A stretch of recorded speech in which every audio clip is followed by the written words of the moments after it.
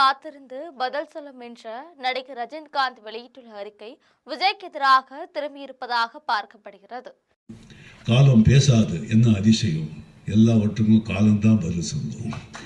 இதற்கு ஆதவர்ஜுனா அரசியல் நாகரிகமின்றி மேடைகளில் பேசிய போதே விஜய் கடிவாளம் போடாமல் வேடிக்கை பார்த்ததே காரணமாக விமர்சனங்கள் எழுந்துள்ளன. திமுக குடும்ப மிரட்டல் காரணமாக நடிகர் ரஜினிகாந்த் அரசியலுக்கு வராமல் விலகிவிட்டதாக தாவேக் நிர்வாகி ஆதவர்ஜுனா பேசியிருக்கிறார்.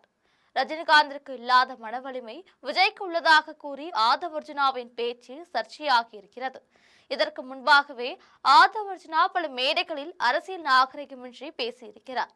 குறிப்பாக முதல்வர் ஸ்டாலின், துணை முதல்வர் உதயநிதி ஸ்டாலின், முன்னாள் அமைச்சர் செந்தில் பாலாஜி, அமைச்சர் சேகர்பாபு உள்ளிட்ட பலரையும் விஜய் மேடையில் இருக்கும் போதே மோசமாக விமர்சித்துள்ளார்.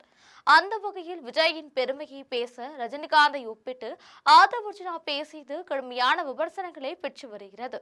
இதற்கு எடப்பாடி பழனிசாமி, அமைச்சர் ரகுபதி, திருமாவளவன், எல் முருகன், அண்ணாமலை மற்றும் பாஜக தலைவர்கள் என்று பலரும் கண்டனம் தெரிவித்தனர்.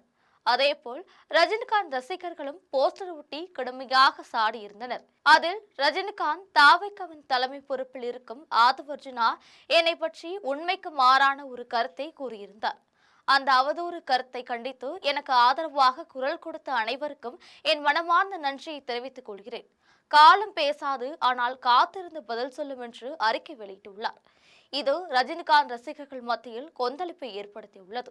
அதேபோல் இது விஜய்க்கு மிகப்பெரிய பின்னடைவாகவும் அமைந்துள்ளது. விஜய் மேடையில் இருந்த பொழுதே ஆதவர்ஜுனாவுக்கு கடிவாளம் போட்டிருந்தால் இப்படியான சம்பவங்கள் அரங்கேறி இருக்காது என்று பலரும் விமர்சிக்க தொடங்கியிருக்கின்றனர்.